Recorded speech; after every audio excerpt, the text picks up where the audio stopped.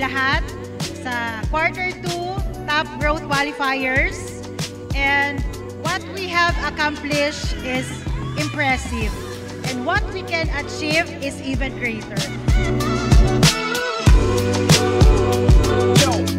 It is something that I wanted all of us to think when we try to connect with people. That there is somehow an intention to build a genuine, lasting relationship.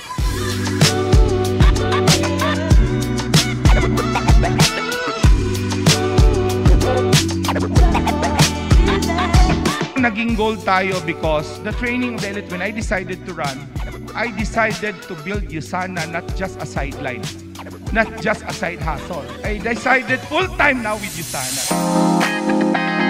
It's not about dahil maraming nag-run last year. It's not about mataas yung income nila last year, but because nandito kayo dahil nag-decide kayo. Diba? We have half of the room filled with new associates. Palakpakan natin yung mga bago. Can you check under your chair if you have a prize or a gift?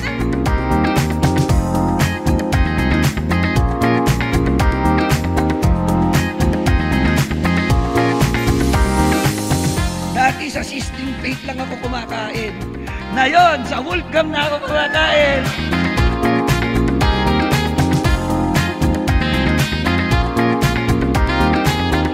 Proximity is really power in this business. It's very important kung sino talaga yung mga kasama natin. And I'm sure we are all here, in the second quarter because we are on the right group or in the right connection, in the right environment. Because when you are in the right environment, it will really push you to a greater height.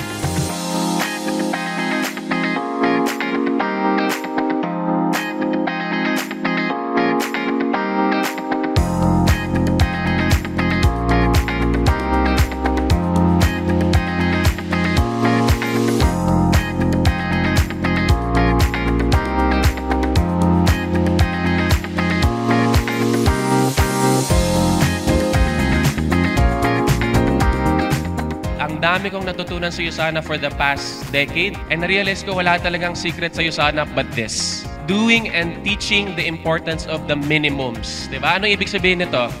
That consistency over intensity talaga.